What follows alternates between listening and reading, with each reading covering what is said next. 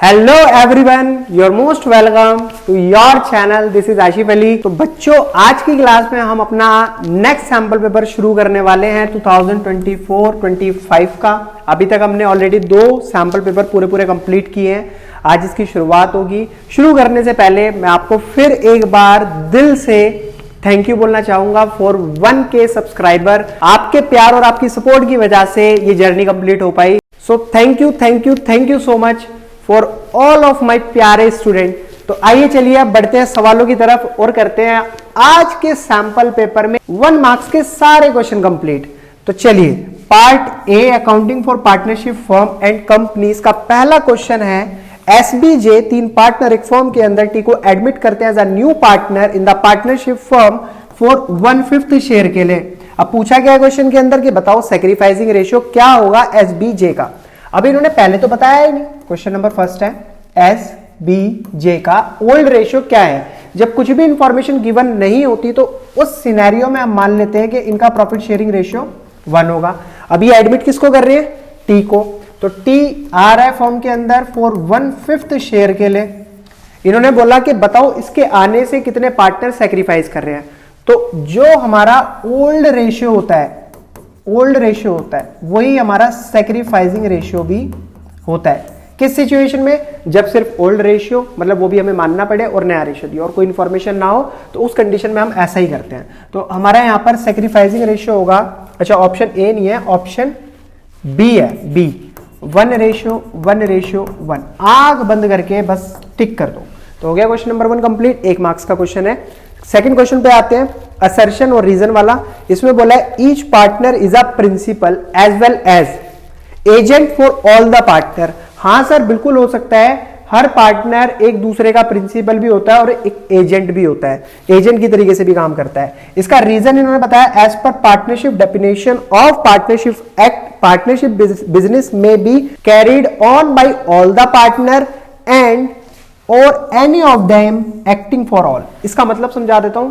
कभी कभी क्या सभी सिचुएशन में पार्टनरशिप जब भी होती है तो उन सभी पार्टनर्स के बिहाफ पर या तो कोई एक बंदा फर्म को चला सकता है, फर्म के अंदर काम कर सकता है, या फिर सभी मिलकर उस फर्म को चला सकते हैं। तो यहां पर असर्शन और रीजन दोनों ही ट्रू है, और जो रीजन है वो असर्शन का एक प्रॉपर एग्जाम्पल है, प्रॉपर एक्सप्लेनेशन है। तो both assertion and reason are the correct explanation, but reason is the explanation of assertion. तो पॉइंट ए टिक कर दीजिएगा। हो गया क्वेश्चन नंबर 2 भी कंप्लीट।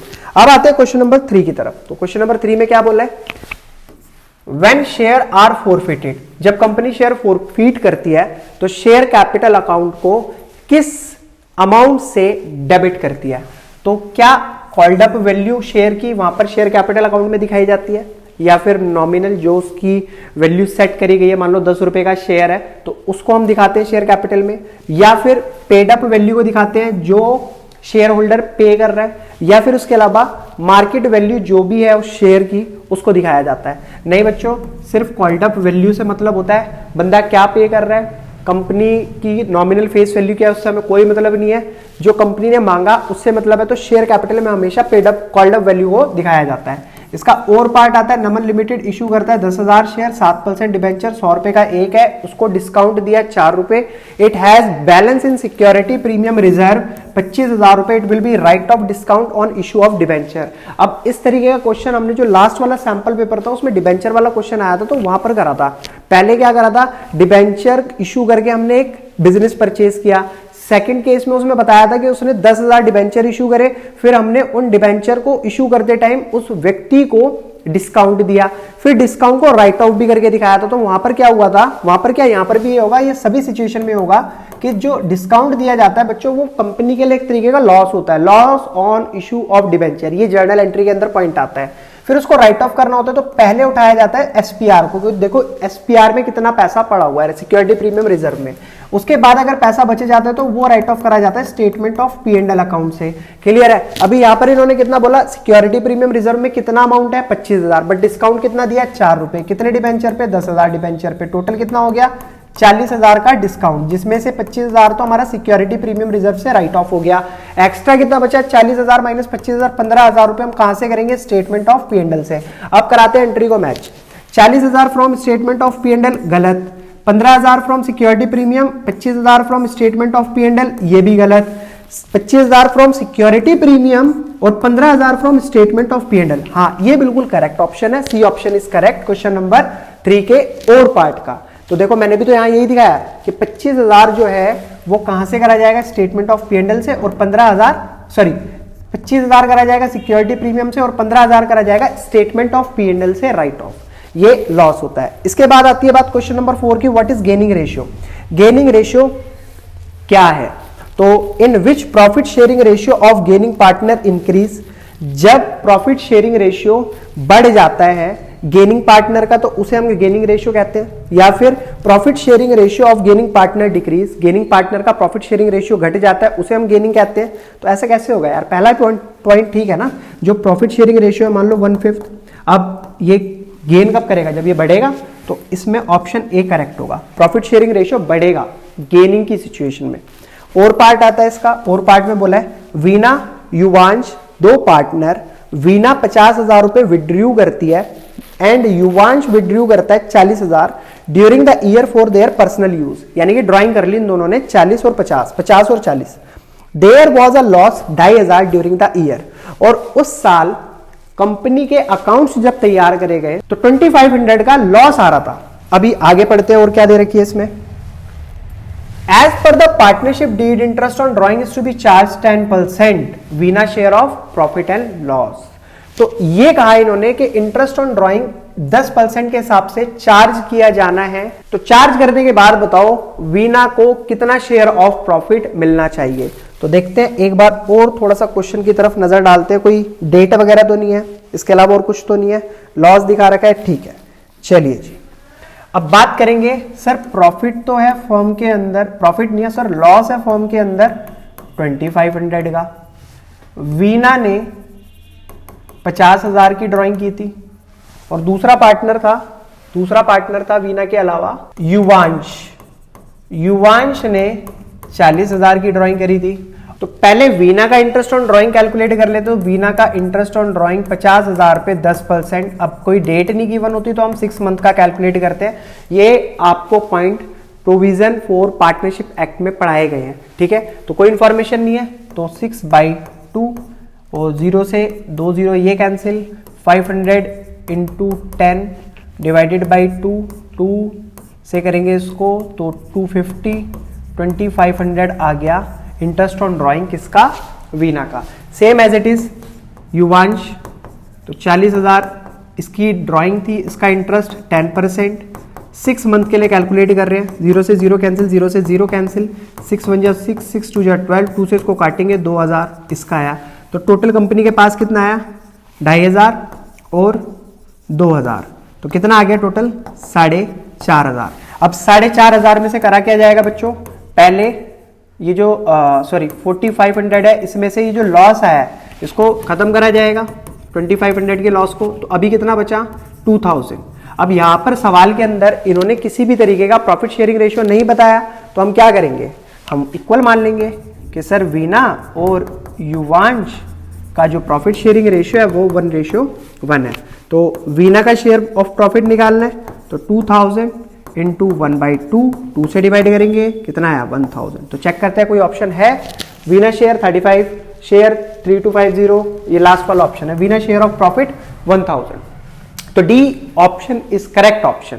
अब आते हैं क्वेश्चन नंबर 5 पर, ए और बी दो partner in partnership form without any agreement कोई नहीं है। A has withdrawn 50,000 out of his capital as drawing कर ली उसने कैपिटल में से 50,000 रुपए। इंटरेस्ट ऑन ड्राइंग में be charge from A by the firm. तो इंटरेस्ट बताओ कितना चार्ज करा जाएगा फर्म के द्वारा ए से। तो जब पार्टनरशिप डीड ही नहीं है तो किस बात का इंटरेस्ट हमने पढ़ा है, ये भी प्रोविजन ऑफ पार्टनरशिप एक्ट में हमने पढ़ा है कि जब कभी पार्टनरशिप डीड नहीं होती तो उस सिचुएशन में कोई भी इंटरेस्ट चार्ज नहीं करा जाता। तो option C is correct option, tick कर देना। नेक्स्ट 6 आता है, इशू 4,000 12% डिबेंचर 100 रुपए का एक प्रीमियम पर इशू करें हैं, रिडीम करने हैं 10% प्रीमियम पर। इट मींस कहने का मतलब यह है डिबेंचर इशू करें हैं 4,000, ठीक है, और कितने 12% डिबेंचर।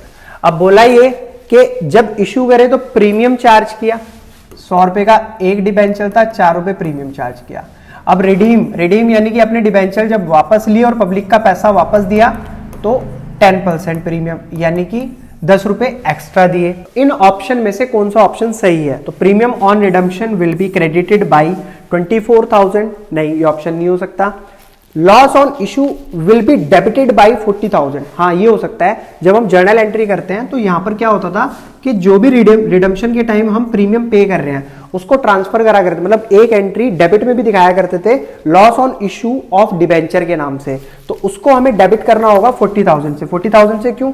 क्योंकि जब हम रिडीम कर रहे हैं तो हमने कितने रुपए 10 रुपए एक्स्ट्रा पे किए, कितने डिबेंचर्स पे 4,000 डिबेंचर पे, तो अमाउंट कितना आ गया 40,000 रुपए। तो ये option B is correct option, इसको टिक कर देना आप। और पार्ट पर आते हैं बच्चों, when debenture are issued as secondary security is called, जब हम अपने डिबेंचर्स को एज अ सिक्योरिटी देते हैं तो उसको हम किस कैटेगरी में डाल सकते हैं? Issue for consideration other than cash, नहीं। इशू एट प्रीमियम, नहीं। इशू एज कोलेट्रल, हाँ हमने ये पढ़ा था डिबेंचर वाले चैप्टर में कि जब भी कभी हम एज अ सिक्योरिटी के तौर पे अपने डिबेंचर देते हैं तो उसे हम कोलेट्रल सिक्योरिटी कहते हैं, मतलब उस कैटेगरी में आता है। अच्छा, इसके अंदर एक पॉइंट और मैंने बताया था, कोलेट्रल सिक्योरिटी की सिचुएशन में आपने अगर डिबेंचर दिए तो जितने % डिबेंचर है उस हिसाब से आपको किसी भी प्रकार का कोई इंटरेस्ट नहीं देना होता। नेक्स्ट क्वेश्चन नंबर 7 आता है, असर्शन और रीजन का क्वेश्चन है। Share can not be allotted unless minimum subscription is received. हाँ ये बात मैंने बताई थी आपको कि अगर हम शेयर इशू करते हैं, मान लो 1 लाख शेयर इशू करें, अगर उसका 90% सब्सक्रिप्शन नहीं आया यानी कि 90,000 शेयर हमारे पब्लिक ने सब्सक्राइब नहीं करे, परचेज नहीं करे, तो उस सिचुएशन में हम मार्केट में अपने शेयर्स को इशू नहीं कर सकते। रीजन देखते हैं, SEBI has prescribed that company issuing share to public can not allot share unless it receive subscription of 90% of the share issued.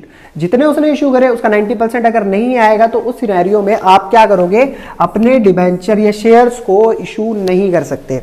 तो इसमें असर्शन और रीजन दोनों ही ट्रू है और असर्शन की करेक्ट एक्सप्लेनेशन है रीजन में, तो ए ऑप्शन टिक कर देना। क्वेश्चन नंबर 7 के बाद आता है क्वेश्चन नंबर 8। क्वेश्चन नंबर 8 में बोला है बच्चों, how to calculate share of the goodwill of retiring और डिसीज पार्टनर। तो बताओ शेयर ऑफ गुडविल हम किस तरीके से कैलकुलेट करेंगे, जो पार्टनर फर्म को छोड़कर जा रहा है या कोई पार्टनर किसी की डेथ हो गई है तो उसका। तो वैल्यू ऑफ द फर्म्स की गुडविल, जो भी गुडविल की मतलब फर्म की गुडविल दे रखी है उसकी मल्टीप्लाई करेंगे जो पार्टनर जा रहा है उसके शेयर ऑफ प्रॉफिट से। मान लो अगर फर्म की गुडविल है 40,000 और जो पार्टनर जा रहा है उसका शेयर है 1/4, तो हमें मल्टीप्लाई करके तो पता करना पड़ेगा ना कि इसका शेयर ऑफ गुडविल कितना है, सॉरी 10,000। तो ऑप्शन ए इज करेक्ट। तो हम ऐसे ही करते हैं जैसे मैंने भी करके दिखाया। नेक्स्ट इसका और पार्ट गिवन है बच्चों, XYZ स्टार्टेड अ बिजनेस 1 अक्टूबर 2020 को। 3 पार्टनर है जिन्होंने बिजनेस शुरू करा। मान लो ये हमारा फाइनेंशियल ईयर 1 अप्रैल 2019 और ये खत्म हो रहा है 31 मार्च, या आप इसको 2020 कह लो, 2021 को ये खत्म हो रहा है। यहां पर इस डेट को 1 अक्टूबर 2020 में एक फर्म बिजनेस शुरू करा गया इन तीनों पार्टनर के through. The profit sharing ratio was decided among the partner 2:1:1। तो XYZ 3 पार्टनर है, प्रॉफिट शेयरिंग रेशियो 2:1:1, ठीक है। Z was guaranteed a profit of 28,000 per annum. अब Z को गारंटी मिली है कि मेरे को प्रॉफिट मिलेगा 28,000 पर एनम के हिसाब से, ठीक है। डेफिशिएंसी अमाउंट कोई भी आए उसको बॉर्न यानी कि उसको झेलेंगे X और Y, किस रेशियो में, 3:2 में। The firm earn profit for the year ended 31 मार्च 2021 20,000 रुपए, यानी कि इस साल के एंड में यहां पर प्रॉफिट हुआ 20,000 रुपीज। बच्चों सबसे पहली चीज तो ये कि आपको जो प्रॉफिट हुआ है वो 6 महीने का हुआ है, मतलब इन तीनों को जो प्रॉफिट हुआ है ये 6 महीने का है, 20,000 रुपए। और यहां पर जो बात कही गई 28,000 रुपए गारंटी की, वो पर एनम की है, पूरे साल की है। तो अभी अगर मैं सिर्फ देखूं कि 28,000 का 6 महीने का कितना अमाउंट बैठेगा, तो 6 1 6 6 2 12, ये कितना आ गया 14,000 रुपए। तो it means minimum profit Z को 14,000 मिलना चाहिए था भाई, सिचुएशन के हिसाब से तो यही बात आती है निकल कर। और प्रॉफिट हुआ है फर्म को कितना, प्रॉफिट हुआ है फर्म को 20,000। इसमें से जेड का शेयर बताओ जरा कितना है। तो जेड का शेयर अगर मैं कैलकुलेट करूं, जेड का शेयर ऑफ प्रॉफिट, तो मल्टीप्लाई बाई जेड का शेयर है 1 2 1 3 और 1 4, 4 5 जा 20, 5,000। तो जेड को कितना प्रॉफिट मिल रहा है 5,000। एक्चुअल में मिलना कितना चाहिए था 14,000। तो 14 में से अगर 5 को हटाया जाए तो कितना आएगा 8 5 9 9,000। तो 9,000 जेड को अभी कम मिले। तो जेड को ये 9,000 कौन कौन देगा, एक्स और वाई देंगे। किस रेशियो में, किस रेशियो में 3:2 में।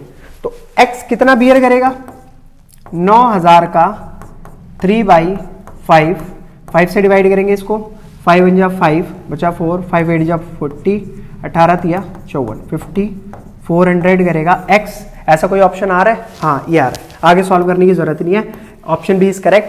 5400 करेगा एक्स, और ऐसे ही आप वाई का कैलकुलेट कर लोगे 2/5 करके 9,000 से। तो यहां पर हो चुका है इसका और पार्ट भी कंप्लीट। अब आते हैं सीधा क्वेश्चन नंबर 9 10, दोनों एक साथ होंगे। सिचुएशन को रीड करना है। ए बी सी 3 पार्टनर है एक फर्म के अंदर, ठीक है, एंड प्रॉफिट लॉसेज इनका दे रखा है 2 to 1। इनकी फिक्स कैपिटल है 1,80,000 70,000 respectively for the year 2018-19। Interest on capital was to be credited to 9% per annum instead of 12% per annum. भाई इनको ना इंटरेस्ट ऑन कैपिटल मिलना चाहिए था 12% पर एनम के हिसाब से, बट गलती क्या हो गई, उनको इंटरेस्ट ऑन कैपिटल दे दिया 9% पर एनम के हिसाब से। अब what was the net amount should be credited to partner B. तो बताओ पार्टनर बी को और कितना पैसा हमें देना पड़ेगा। तो चलिए इसको थोड़ा ऊपर कर लेते हैं। अब कैलकुलेट करते हैं। यहां पर एक टेबल ही बना लेता हूं मैं। वैसे तो देखो 1 नंबर का क्वेश्चन है, इतना समय मिलेगा नहीं आपको, बट फिर भी पता होना चाहिए तरीका क्या है, किस तरीके से हम सॉल्व कर सकते हैं। मान लो ये ए है, ये बी है, ये सी है, और यहां पर एक फॉर्म का कॉलम रहता है, छोड़ो, और एक ऐसे और बना लो इस टाइप से कि कितना लेना है और कितना देना है। तो debit credit debit credit debit credit. अब wrongly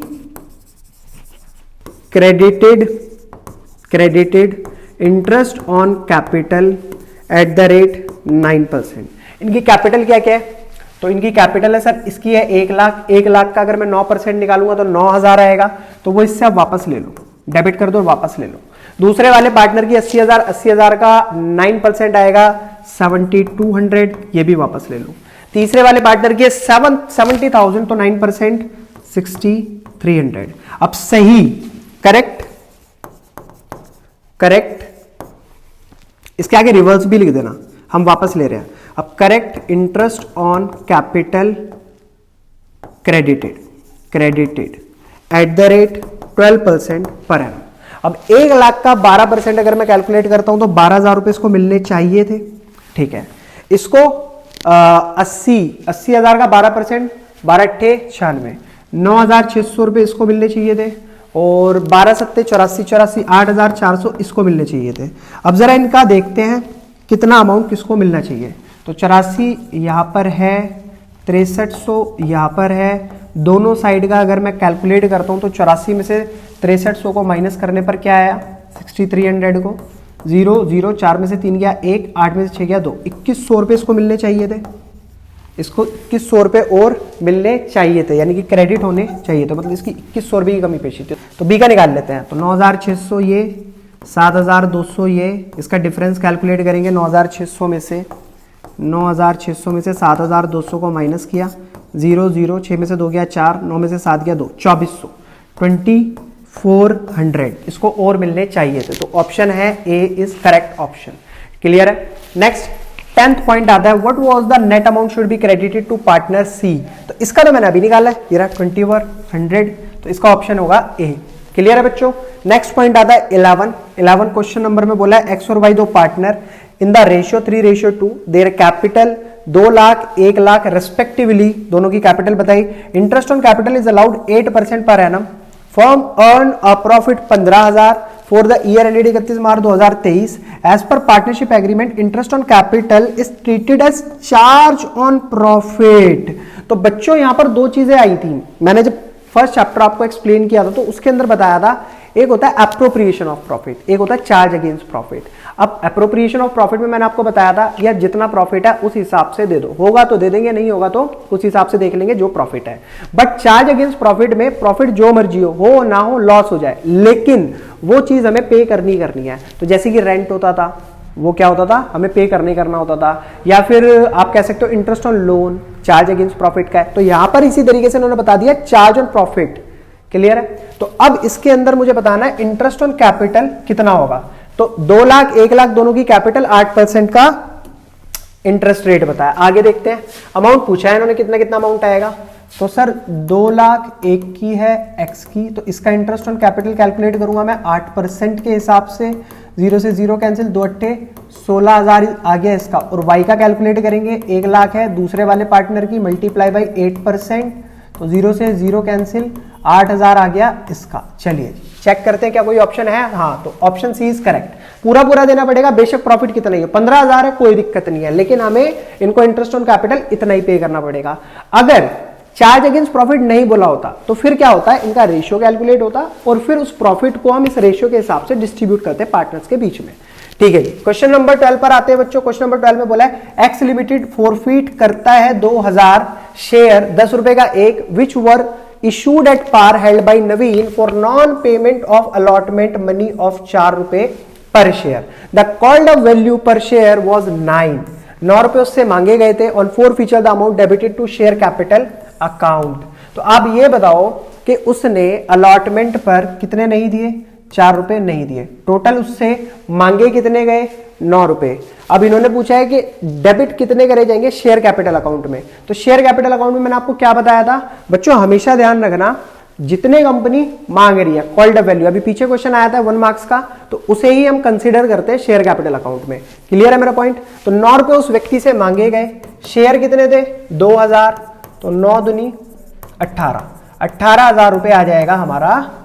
A option is correct, share capital account में डेबिट करा जाएगा। तो बच्चों देखते हैं अपना क्वेश्चन नंबर 13। यहां पर बोला Ellipse Limited it is registered with authorise capital of 10 lakh. उसकी ऑथराइज कैपिटल कितनी है 10 लाख रुपए, डिवाइड कर दिया 1 लाख इक्विटी शेयर में, यानी कि एक शेयर की कीमत 10 रुपए रखी गई, तो ऑब्वियसली वो डिवाइड हो जाएगा अपना 1 लाख इक्विटी शेयर में।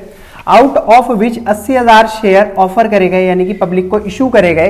एप्लीकेशन रिसीव्ड हुई 75,000 शेयर की, कंपनी कॉल्ड 8 रुपए पर शेयर टिल नाउ। तो अब मुझे यहां पर ये जो दे रखा है इन्होंने, इस साइड और इस साइड मैचिंग करनी है, बचपन में करिए ना आपने मैचिंग, वही मैचिंग करके दिखानी है। बताओ पहले ऑथराइज कैपिटल क्या है। तो ऑथराइज कैपिटल मैंने कितनी पढ़ी 10 लाख, तो इसका हो गया ये ए का फर्स्ट। इशूड शेयर कैपिटल, तो कंपनी ने कितने इशू करे 80,000, 10 रुपए के हिसाब से कितनी होगी issued share capital 8 lakh. Next point आता है सब्सक्राइब्ड शेयर कैपिटल, तो सब्सक्राइब कितने हुए, पब्लिक ने 75,000 शेयर ही, मतलब 75,000 शेयर ही परचेज करिए, सब्सक्राइब करे, तो 75 इंटू 10 7.5 लाख, और लास्ट वाला तो हो ही जाएगा अपना ये वाला पॉइंट 6 लाख। क्लियर है बच्चों? तो अब जरा ऑप्शन देखते हैं, इसमें कोई ऑप्शन मैच कर रहा है। ए का थर्ड, ठीक है, और बी का फर्स्ट ये भी ठीक है, सी का फोर्थ ये भी ठीक है, और डी का सेकंड। हाँ, तो option C is correct, option C आप टिक कर दो। सिंपल क्वेश्चन है, मुश्किल नहीं है, आपको पता ही authorize capital, subscribe capital, issued capital, ये सब क्या होती है, ये सब पढ़ाई गई है। नेक्स्ट क्वेश्चन नंबर 14 आता है बच्चों, what is the nature of rent paid to a partner. ये किस नेचर का है rent paid to a partner, क्या नॉमिनल अकाउंट का है, रिप्रेजेंटेटिव पर्सनल अकाउंट का है, आर्टिफिशियल पर्सनल अकाउंट का है, या रियल अकाउंट का है। तो हमेशा ध्यान रखना जो भी एक्सपेंसेस होते हैं हम वो कौन से अकाउंट से रिलेट करते हैं, नॉमिनल अकाउंट से। तो रेंट वगैरह क्या है, ये एक एक्सपेंस है। नेक्स्ट बच्चों question number 15, the incoming partner can not acquire his share of profit. जो इनकमिंग पार्टनर है वो शेयर ऑफ प्रॉफिट नहीं एक्वायर करता। पहले ऑप्शन पढ़ लेते हैं, फ्रॉम वन और more partner, not from all partner, from old partner in their old profit sharing ratio. Incoming partner का क्या होता है, कुछ नहीं, from the old partner in their new profit sharing ratio, from the old partner in some agreed ratio. तो option C is correct, पुराने partner से वो प्रॉफिट चार्ज करता है अपने नए प्रॉफिट शेयरिंग रेशियो में, जिस रेशियो पे एग्री होकर वो फर्म के अंदर एडमिट हो रहा है। तो इसका ऑप्शन होगा सी ऑप्शन करेक्ट। और पार्ट, महक और चहक, वाह क्या नाम दे रखे हैं, महक और चहक, दो पार्टनर एक फर्म के अंदर जिनकी कैपिटल 40-40 हजार रुपए एडमिट करते हैं अदी को एज न्यू पार्टनर 1/5 शेयर के लिए प्रॉफिट में से। अदी ब्रॉड 80,000 हिज कैपिटल, अदी अपने साथ 80,000 रुपए कैपिटल के लेकर आया। ऑन अदीज admission P&L account of the firm showed a debit balance. अब P&L अकाउंट में अगर डेबिट बैलेंस है तो इसका मतलब क्या है, वो कितना है पहले तो ये देखो 10,000। तो मैंने आपको बताया था ये क्या है, एक तरीके का लॉस। अब क्रेडिट बैलेंस होता तो आप क्या उसको कंसीडर करते, profit. Value of goodwill of the firm on अदीज एडमिशन, तो अब बताइए वैल्यू ऑफ गुडविल क्या होगी अदी के एडमिशन के टाइम पर। तो बच्चों इसमें थोड़ा सा बुद्धि का इस्तेमाल करते हुए इसको हमें कैलकुलेट करना पड़ेगा। देखो जी, महक और चहक दो पार्टनर, दोनों की कैपिटल 40-40 हजार हमें बताई गई। अब नया पार्टनर अदी अपने साथ कैपिटल कितनी लेकर आया, वो भी अपने साथ कैपिटल लेकर आया 80,000 रुपए। अच्छा, उसका प्रॉफिट शेयरिंग रेशियो क्या है, 1/5 शेयर उसको प्रॉफिट में से चाहिए। और लॉस मैंने पहले से लिख दिया, कितना बताया गया है, 10,000 रुपए फर्म का लॉस है। तो पहले मैं टोटल कैपिटल कैलकुलेट करता हूं। Total capital according to new partner capital, तो सर वो अपने साथ कितनी लेकर आया, 80,000 रुपए मल्टीप्लाई 5/1, 8 पंजे 40। तो नए पार्टनर के हिसाब से जो फर्म की टोटल कैपिटल होनी चाहिए वो होनी चाहिए 4 लाख रुपए। क्लियर है। Total capital of all the partner is, तो टोटल कर लेते हैं, 40 इसकी 40 इसकी, दोनों की ऐड करी 40-40 हजार प्लस 80,000 नया पार्टनर अपने साथ लेकर आया, माइनस फर्म के ऊपर जो लॉस, मतलब फर्म का जो P&L अकाउंट में डेबिट बैलेंस हो रहा है वो 10,000 है। तो 4-4 8 और 8, 1,60,000 माइनस 10,000, 1.5 लाख। तो कितनी है, 1.5 लाख। तो ये 4 लाख में से अगर आप 1.5 लाख माइनस करोगे, यानी कि आप एक तरीके से हिडन गुडविल निकाल रहे हो। आपने कॉन्सेप्ट भी पढ़ा होगा, गुडविल इज इक्वल्स टू जो नए वाले पार्टनर के अकॉर्डिंग है हमारी फर्म की गुडविल, वो है 4 लाख, और एक्चुअल में जो निकल कर आई है वो कितनी है, 1.5 लाख। तो माइनस करने पर आएगा आपका 2.5 लाख। तो ये 2.5 लाख रुपए क्या है, शेयर ऑफ गुडविल। अभी पूछा गया था value of goodwill of the firm on अदीज एडमिशन विल बी, तो यहां पर ऑप्शन डी आ रहा है, तो option D is correct option. 2.5 lakh हमारी फर्म की अदी के एडमिशन के टाइम पर गुडविल है। ठीक है, क्वेश्चन नंबर 16 पर आते हैं बच्चों। At the time of dissolution के टाइम पर लोन टू पार्टनर इज क्या होता है, received from the partner, transfer to partner capital account, transfer to realisation account, transfer to partner current account. तो देखो बच्चों, अगर फर्म डिसॉल्व हो रही है तो आगे तो कुछ चलना ही नहीं है। सबसे पहली चीज आप मेरी बात को समझना, तो पार्टनर कैपिटल अकाउंट में ट्रांसफर क्यों ही करेंगे, रियलाइजेशन में नहीं, वो तो जाती ही नहीं है, लोन का तो कोई मतलब ही नहीं है रियलाइजेशन अकाउंट में जाना, और transfer to partner current account ये भी नहीं हो सकता। तो पहला option is correct, received from the partner से उसको रिसीव कर लिया जाता है उसके लोन का अमाउंट। Next question number 17, PQR, 3 partner are partner sharing profit equally, तीनों का प्रॉफिट शेयरिंग रेशियो क्या है बच्चों, equally. They decide that in future R will get 1/7 share in the profit. Future में वो कहता है कि मुझे आर कहता है मुझे 1/7 शेयर चाहिए प्रॉफिट में से। On the day of change firms goodwill is valued at 42,000। तो इस चेंज पर, जिस दिन ये चेंज हो रहा था उस दिन तक फर्म की जो गुडविल है 42,000 है। Give journal entry arising on account of change in profit sharing ratio. तो प्रॉफिट शेयरिंग रेशियो चेंज हो रहा है तो आपको जर्नल एंट्री पास करानी है। अब यहां पर क्या पास होगी, बस एक गुडविल की जर्नल एंट्री पास होगी, और वो भी कौन सी, एडजस्टेड गुडविल, मतलब एक एडजस्टमेंट एंट्री पास करनी पड़ेगी। समझ रहे हो ना मेरी बात। तो चलिए बच्चों फटाफट से कैलकुलेट कर लेते हैं। ठीक है, अगले पेज पर चलते हैं। तो PQR, 3 पार्टनर, तीनों का प्रॉफिट शेयरिंग रेशियो 1:1:1। अभी हुआ क्या, ये तो ओल्ड था, ये तो ओल्ड रेशियो था।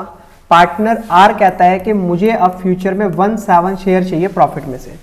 अब हम क्या करेंगे ऐसी सिचुएशन में, मान लेंगे let the total share of the firm firm B1 और 1 में से 1/7 किसको दे देंगे, R को। तो ये R का शेयर हो जाएगा, तो रिमेनिंग शेयर निकल कर आएगा ऐसे, रिमेनिंग शेयर कितना आएगा, 7 माइनस 1/7 6/7, ये हो गया रिमेनिंग शेयर। अब इस रिमेनिंग शेयर को ये क्या करेंगे, पार्टनर जो पहले के PQ ये आपस में बांट लेंगे। 6/7 का 1/2, 6 1 6, 7 2 14, सेम एज इट इज। दूसरा वाला पार्टनर है 6/7 का 1/2, वो भी कर लेगा 6 1 6, 7 2 14। इस तरीके से इन्होंने आपस में कर लिया अपना जो भी हिसाब किताब था। तो ये हो गया हमारा न्यू रेशियो। अब इसको तो चाहिए 1/7 था, तो इसका डिनोमिनेटर सेम करेंगे तो कितना आएगा, 1/7 2 14, 2 ऊपर 2 नीचे, तो 2/14। अभी देखते हैं इसको कितना बैठता है ये, 6/14 और 2/14, तो 2 3 जा 6, 2 3 जा 6 और 2 1 जा 2, तो 3 3 1 आ गया न्यू प्रॉफिट शेयरिंग रेशियो। मे भी यहां पर गिवन भी था, शायद दिखा रखा था इन्होंने, तो कितना दिखा रखा है, 3 3 1। तो हमने इस तरीके से क्या निकाल लिया, पहले अपना न्यू प्रॉफिट शेयरिंग रेशियो। अब निकालेंगे गेनिंग और सैक्रिफाइसिंग। तो गेनिंग और सैक्रिफाइसिंग के लिए मैंने आपको क्या सिखाया, ओल्ड माइनस न्यू करो, ऑलवेज ओल्ड माइनस न्यू, आपको गेनिंग और सैक्रिफाइसिंग पता लग जाएगा। तो पहले चेक करते हैं P का। तो P का पहले हुआ करता था 1/3, बट अभी P का जो नया शेयर आया वो है 3/7। सॉल्व करेंगे, 3 7 जा 21, 1 इंटू 3 7 जा 21, 1 माइनस 3 इंटू 7 3 जा 21, 7 1 जा 7, 3 3 जा 9/21। तो जिसकी वजह से ये क्या हो गया, -2/21। इसका मतलब P क्या कर रहा है, गेन कर रहा है। आंसर नेगेटिव, तो इसका मतलब गेन कर रहा है। Q का ऐसे चेक कर लेते हैं, तो Q का है 1/3 माइनस, ये हो जाएगा हमारे पास नया कितना है इसका भी 3/7, तो सेम -2/21। इसने भी क्या किया, गेन। अब R का चेक कर लेते हैं, तो R क्या कर रहा है, ओल्ड था इसका 1/3, अभी नया क्या है इसका 1/7। तो एलसीएम लेंगे, एलसीएम वही 21, 1 इंटू 3 7 जा 21, 1 इंटू 7 3 जा 21, 7 1 जा 7, 3 1 जा 3/21, 7 माइनस 3 पॉजिटिव आएगा 4/21। तो इसका मतलब इसके रेशियो चेंज करने से इन दोनों पार्टनर ने गेन किया और इसने सेक्रीफाइस किया। बात करते हैं सर मेन मुद्दे की। अब आती है जर्नल एंट्री की बात। तो जर्नल एंट्री के लिए गुडविल का अमाउंट हमें कितना गिवन था, पहले ये चेक कर लेते हैं। सर गुडविल का अमाउंट था 42,000। तो पहले ये चेक करते हैं कि इसमें से कितना अमाउंट इसको मिलना चाहिए, क्योंकि ये तो सेक्रीफाइस कर रहा है ना। तो आर शेयर ऑफ गुडविल कितना मिलना चाहिए, तो टोटल है 42,000 मल्टीप्लाई इसका जो शेयर आया वो कितना है 4/21, जिसमें ये क्या कर रहा है, सेक्रीफाइस कर रहा है 4/21। तो 21 से कम 21, 21 दूनी 42, 2 चौक 8, 8,000 रुपए इसको मिलने चाहिए। अब ये 8,000 रुपए कौन कौन देगा, ये दोनों पार्टनर देंगे अपने गेनिंग रेशियो में 2:2 में। तो 2:2 में अगर देंगे तो इसका मतलब क्या हो जाएगा 1:1। तो 8,000 का 4,000 रुपए दोनों की जेबों से निकाले जाएंगे। अब बात करेंगे जर्नल एंट्री की। तो क्योंकि P गेन कर रहा है तो इसलिए P's कैपिटल अकाउंट डेबिट, और कौन गेन कर रहा है, Q भी गेन कर रहा है तो Q's कैपिटल अकाउंट डेबिट, और सेक्रीफाइस कौन कर रहा है R, तो टू R's कैपिटल अकाउंट। तो 4,000 इससे, 4,000 इससे, और इसकी कैपिटल में क्रेडिट हो गए 8,000। तो ये करना पड़ता है जब भी ऐसी सिचुएशन दी जाती है क्वेश्चन के अंदर के गुडविल का अमाउंट इतना है, नया पार्टनर मतलब नया इन द सेंस उनमें से एक पार्टनर अगर अपना प्रॉफिट शेयरिंग रेशियो चेंज कर रहा है। अब ये देखना पड़ेगा ना, चेंज करने से उसको फायदा हो रहा है नुकसान, अब नुकसान हो रहा है तो गुडविल का अमाउंट इतना करा जाएगा। तो एट दी एंड हमें यहां पर करनी पड़ती है एक एडजस्टमेंट एंट्री पास। तो बच्चों वीडियो की लेंथ ज्यादा लंबी ना हो इसलिए आज की क्लास में हम अपना क्वेश्चन नंबर 17 तक यही रहने देते हैं। हालांकि वैसे मेरे को 1 मार्क्स के क्वेश्चन कराने थे इस वीडियो के अंदर, बट मैंने फिर भी एक क्वेश्चन 3 मार्क्स का करवा दिया है बाय मिस्टेक, कोई दिक्कत नहीं है। इसी तरीके से हमारी जर्नी चलती रहेगी, आप भी इसी तरीके से अपना प्यार दिखाते रहिए, वीडियो को शेयर करते रहिएगा। आपके सपोर्ट की वजह से अभी 1 के हुए हैं, अभी इसको 2 पर भी लेकर जाना है और 10 पर भी लेकर आना है। तो चलते हैं बच्चों, फिर मिलेंगे आपसे अगली नई वीडियो में नए क्वेश्चंस के साथ। तब तक के लिए धन्यवाद।